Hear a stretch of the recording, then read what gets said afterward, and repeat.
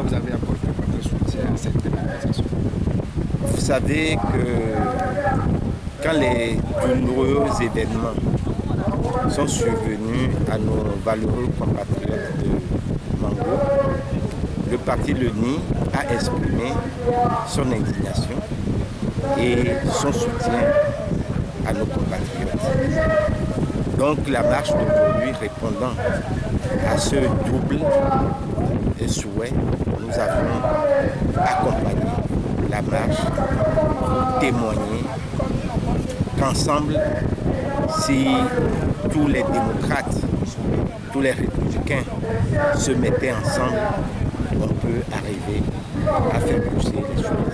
Et surtout, à témoigner ensemble que ce qui s'est passé à Mango, qu'il ne faut plus que cela se répète sur la terre de nos aïeux.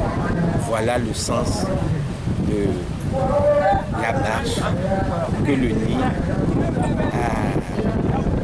a fait ce matin aux côtés de nos amis CAP. Et selon vous, quelle est la solution pour ces gens? Est-ce que c'est la direction du gouvernement que ça se soutient? Non, nous l'avions exprimé, ce n'est pas la suspension, c'est le retrait pur et simple du projet.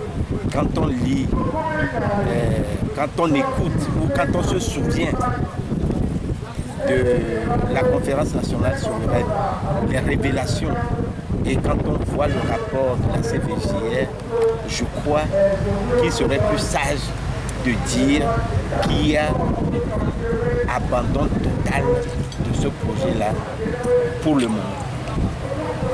Monsieur le Président, oui, je vous tous ceux qui critiquent la responsabilité du pouvoir en place et donc au président en place. La dernière fois, vous avez appelé à voter pour le président. Je n'ai pas voté, je n'ai pas appelé à voter pour le président en 2015. Donc, non, vous avez dit la dernière fois, oui. La dernière élection, c'est en 2015. Oui. Ne mélangeons pas les choses. Donc le NI en 2015 n'a pas fait campagne pour unir, n'a pas fait campagne pour le candidat de unir. Le NI n'a pas appelé à voter pour le président Faure en 2015. Où se place aujourd'hui le NI?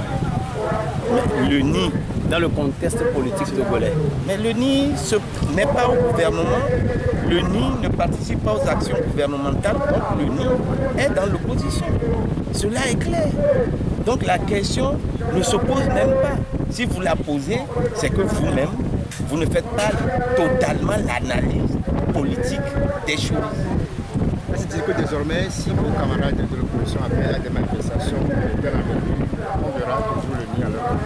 Non, le NI avait exprimé que les marches ne sont pas la solution aux problèmes politiques.